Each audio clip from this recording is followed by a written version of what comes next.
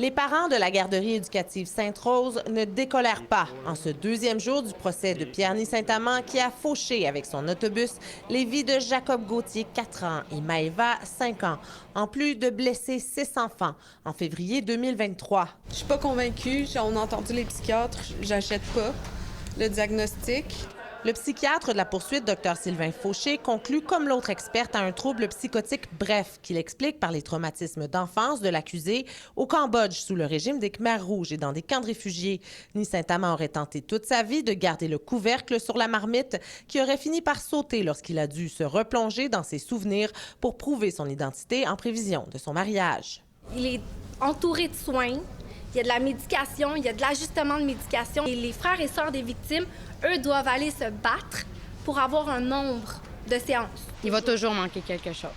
T'sais, notre fils, on l'a pas connu, là.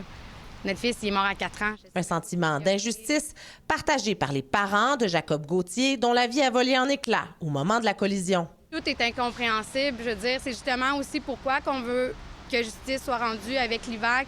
C'est que nos enfants soient pas dans un état psychotique ou qu'ils soient pris en charge tôt. Leur fille n'est pas considérée comme une victime par l'IVAC, le programme d'indemnisation des victimes d'actes criminels, contrairement à ses parents. Elle a donc droit à un soutien psychologique limité à 30 séances à vie, ce qu'il dénonce. Je suis sensible à la réalité qui est vécue par les familles. On n'a pas intention, par contre, de rouvrir la loi, mais j'ai demandé aux équipes de voir s'il n'y avait pas des solutions. Le sort de Pierre-Ny Saint-Amand est maintenant entre les mains du juge Éric Downs, qui rendra sa décision à la fin avril.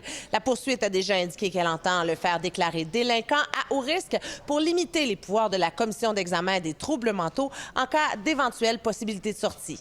Ici, Amélie Desmarais, Radio-Canada, Laval.